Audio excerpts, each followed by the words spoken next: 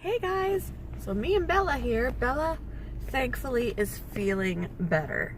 She felt pretty icky yesterday. I had been driving to go and pick up my son. Oh, excuse me, you guys. I picked him up from work, took him by his dad's to pick up his stuff, but on my way here, which is a 45-minute drive, she threw up on me and herself and the door. It was gross. And there was no warning. You know how dogs and cats kind of do that weird build-up before they puke? She didn't. She just kind of burped, and so it was gross. So I had to drive the rest of the way with puke on me, with puke on her. And then she was just laying around. She didn't want to eat. She just laid around all evening, and just did not feel good. So I felt so bad. I was hoping it was nothing serious. Well, this morning she ate.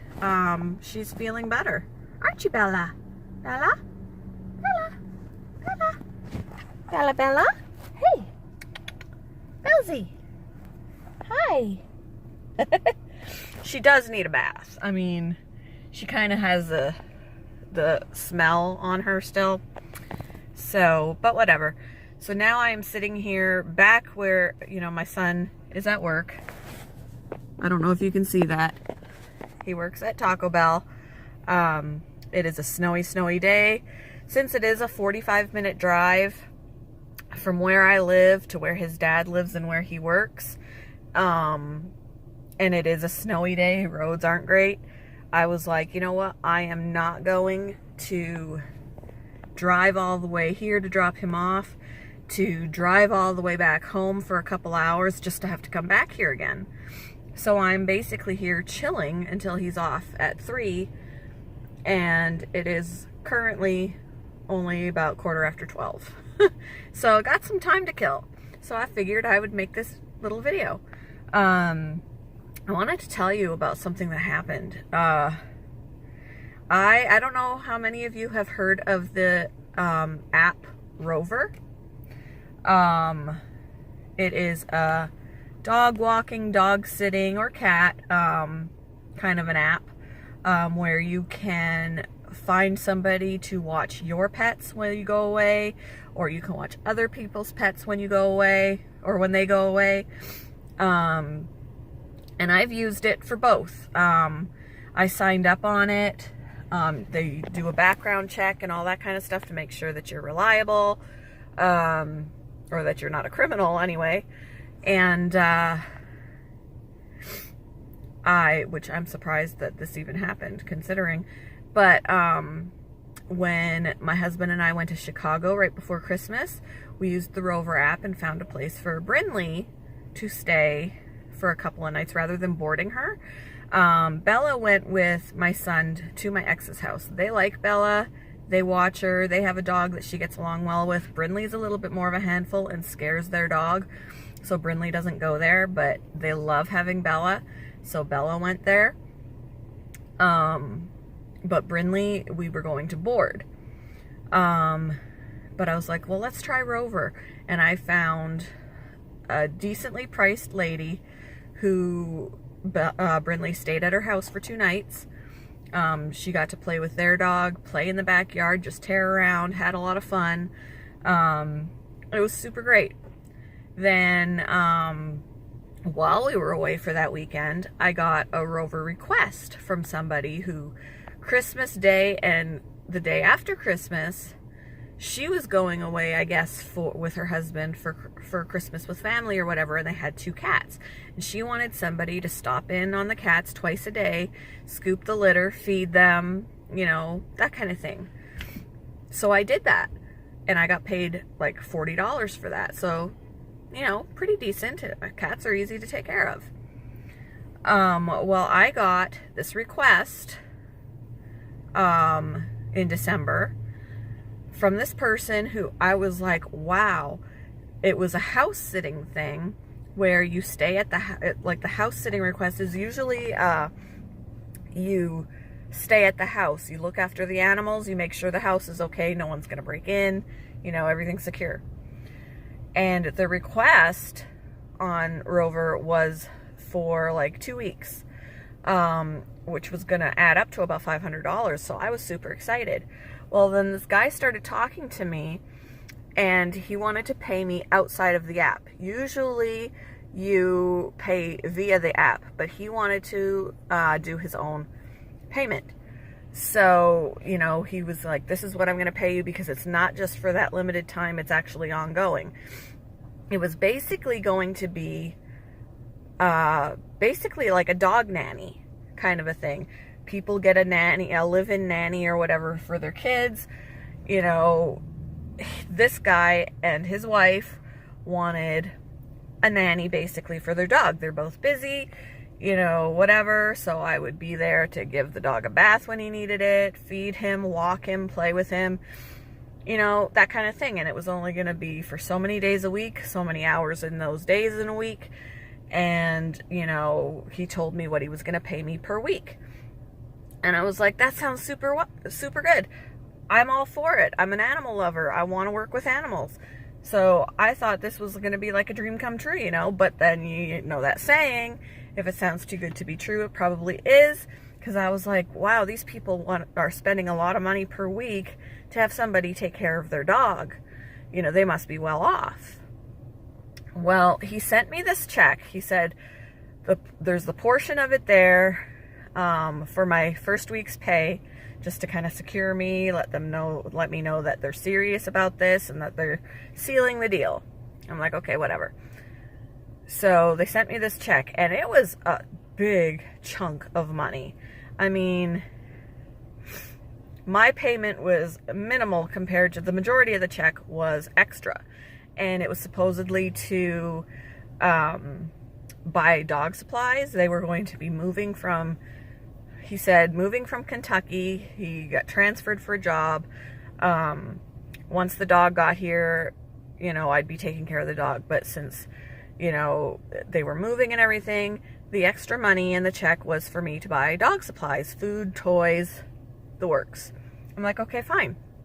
So I get the check last Saturday, and I nearly choked when I saw the amount. After my pay was subtracted from that, it was still over $1,000 left over in the check. And I'm like, well, he really wants me to go to town on dog supplies. So I went and I deposited the check. This is where it got weird. I deposited the check. I let him know I deposited the check. And at that point, he was like, last minute change of plans. My wife just informed me she wants to do it this way. Can you please wire me the money? The extra money aside from the money that is your paycheck. Wire me the money. And I was like, well, it's Saturday. Even though I deposited it and it was available to me right away, the check itself did not officially clear. And I was like, as soon as he said, wire me the money back, it wasn't sitting well with me. And the more he talked, the worse I felt. Let me turn off the car here because I'm getting really toasty. The worse I felt about the whole thing, because he was getting very pushy about wiring him the money. And I was like, I didn't understand, because supposedly they're moving from Kentucky, but where he wanted me to wire the money was to Arizona. This is supposed to be faster. And I was like, I don't understand how that's faster. You know, I was trying to play devil's advocate, even though it wasn't sitting well with me. I thought, this is a scam. It's got to be now. But I was playing devil's advocate, and I was like, I don't understand how this is supposed to be faster. If the dog is going to be here where I live, and I already have the money, how is it faster to wire it to someone in Arizona to buy supplies for the dog and have the supplies sent? It's not faster. But he was just reassuring me, and I was like, and he wanted me to wire this money. And I was like, all due respect, I'm not wiring anything until I know that this check is good. It is Saturday. Now that it's deposited, the bank closed at 12. I was like, I need to find out Monday. And of course, he wasn't good with that. And I was like, well, I'm sorry. No money is leaving my account to go to you until I know this check is good, because if it happens to bounce, I've just sent you my money. And I can't afford to send that much money and be out that much money. As it is, if the check bounces, I'm going to be out a $30 fee. But he was like, I would never do that to you. I'm a God-fearing man, and da-da-da-da-da-da. And he was not happy that I was just saying, you know what, if he reassured me, and I was like, well, I appreciate the reassurance, but a scammer, because I confronted him. And of course, he's reassuring me. And I was like, thanks for the reassurance, but even a scammer is not going to admit he's scamming me. He is going to totally deny it and say he's on the up and up, just like you're doing. And while this was all going on, and I had such bad anxiety last weekend over this, I like to believe the best in people, I do. But when something starts to sit wrong with me, I have to listen to it. So, I had gone home and I was talking to my husband, and I was literally shaking. I had such bad anxiety. I was shaking. I was crying. He was like, don't worry. You didn't wire it. Don't worry. You put a stop to it. Don't worry. We'll just wait now and see what happens with the check. And so I had told the guy, you have to at least wait till Monday because I need to talk to the bank. So Monday rolled around. I had talked to the bank. They didn't know anything yet because it wasn't processing over the weekend. So they said, wait till about Wednesday, which was yesterday. He had texted me on Monday and it was like, I waited till Monday like you wanted me to. And I said, yes, but I also told you that I needed to get confirmation from the bank, which I have not got yet. And he was like, well, I already did this and this and this for, whatever. And I said, that's not my problem. This all happened at the last minute. I am not going to send any money until I know that money is good. He was like, this is starting to bother me, yada, yada. And I was like, trust me, if the money is good, you're getting it. You're going to get it wired to you if the money is good. I am not going to steal from you. So he just wouldn't leave me alone, and I had to just stop texting him because my anxiety was through the roof. But yesterday I stopped at the bank again, and they said it hasn't come back yet, whether it's bounced or cleared. So, and he had texted me yesterday, hi Lisa, how you doing? I ignored him completely. I'm like, I am not speaking to this guy until I have something to tell him, because I didn't need my anxiety to go up again. So today I'm sitting here outside of Taco Bell while my son is working, and I get a text from my husband because he got a notification. The check bounced. It bounced, you guys. It was, in fact, a scam. So I was sitting in Taco Bell earlier before my son started, before he had to be on the clock, and we had some breakfast. And I texted the guy just hello. And I got, hello, Lisa, how are you doing today? And I said, I'm much better now, and I'm so glad that I listened to my gut because people like you disgust me. Your check bounced. Have a good day. And I haven't heard anything else since. I really want to text him again and say, I hope you get scammed one day so that you can experience what you are doing to people. Like, I am so relieved that I listened to my gut, you guys. I would have sent that guy over $1,000 of my own money because that check would have bounced. Yeah, because I deposited that check and it bounced, we have a $30 fee now. But my husband was like, I would much rather spend $30 to get out of this than to have been scammed out of over $1,000. So, oh my gosh, you guys. And it disgusts me. He played on my love of animals. He went into the Rover app, somehow got an account. I don't know, because they do background checks. Somehow got an account and played on an animal lover's love of animals to scam out of money. I don't know how often he succeeds, but he didn't succeed with me. All I lost was $30 for a bounced check. Ugh, you guys, my anxiety. I feel so much relief now that I know. And I still have all the texts he sent me. I've got the phone number he's texting me from. I really do feel like we should be somehow reporting him. Maybe he can be found. I don't know.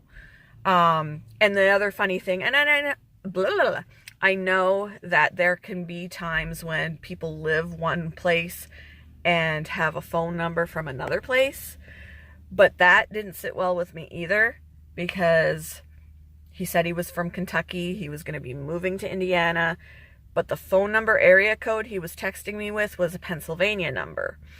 Maybe he's lived in Pennsylvania before and he's just never changed his number, but it was just another red flag to me. And when I had talked to the bank about the check, they said it does sound like a scam. Don't send any money until you know for sure. So when I had texted him again and I told him, the bank is telling me not to send any money. And of course he was like, but I need this and this and this. And I was like, that's not my problem. I am going to listen to my bank because they deal with money scams all the time. If they think this is a scam and want me to wait, I'm going to wait. I said, I have never met you. And that was another thing that didn't sit well with me, was that if I hired somebody to watch my beloved pet in my home, I would have met them far before the starting date. Technically, I should have started this job on Tuesday, but there was no time set up to meet with the people or to meet the dog to see if it would even be a match. So all of these things added up to, this is not right. I have since got another request that sounded just as weird. And she had said, and it was for several days of house sitting. So it was going to be a few $100s according to my fee. And she was like, let me know what your daily fee is. I'll be happy to pay it immediately because blah, blah, blah, blah, blah. And I said, well, the fee is right there on the app. All my services are listed and what each fee is. I said, in order to secure the time slot for yourself, you pay in the app. I'm not taking payments outside of the app anymore. So I said, you pay in the app. I haven't heard from her since. So I think that was another scam. But it really disgusts me that people do that. Like, I don't know how people sleep at night when they're scamming people out of money. You know, I want to be a fly on the wall when those people get scammed, so they know how it feels. But I'm so glad I listened to my gut, you guys, because I could have put us in a very, very sticky spot. And I've just, there were so many tears, and my husband was like, don't worry, you didn't send him any money, don't worry. And I'm like, I can't help it, I just about, I had so much anxiety over what I could have done. Even though I didn't, and I listened to my gut, I had so much anxiety. I went home. I have a CBD vape pen. I don't smoke. I've never smoked. But a CBD vape pen is another way to take in the CBD other than with drops. So, oh my gosh, I was sucking on that vape pen like crazy when I got home. I was like, I need some alcohol. I didn't drink anything. But I was just like, this has been a horrendous day. And I've just been worried about it the whole time. And I thought, I will be ecstatic if the whole thing is real. But I had a sinking feeling that it wasn't. And lo and behold, today the check bounced. So, if it sounds too good to be true, it probably is. So, that's my crazy story. I'm 20 minutes in practically to this story. But, yeah, that is my crazy story. I am so glad it's over and done with. At least I know now that I can block this guy. He does have my phone number, but I can block him on my cell, and I don't have to talk to him again. So, but I really want to give him a piece of my mind. I mean, I said what I said already, but I really do want to be like, how do you sleep at night? I hope someone scams you. You know how it feels, and da da. I really want to give him a piece of my mind because he put me through the ringer. Like, my anxiety, I can't even tell you. So, yeah. Listen to your gut. If your gut is telling you something's not right, chances are something's not right. So, that's my story time, you guys.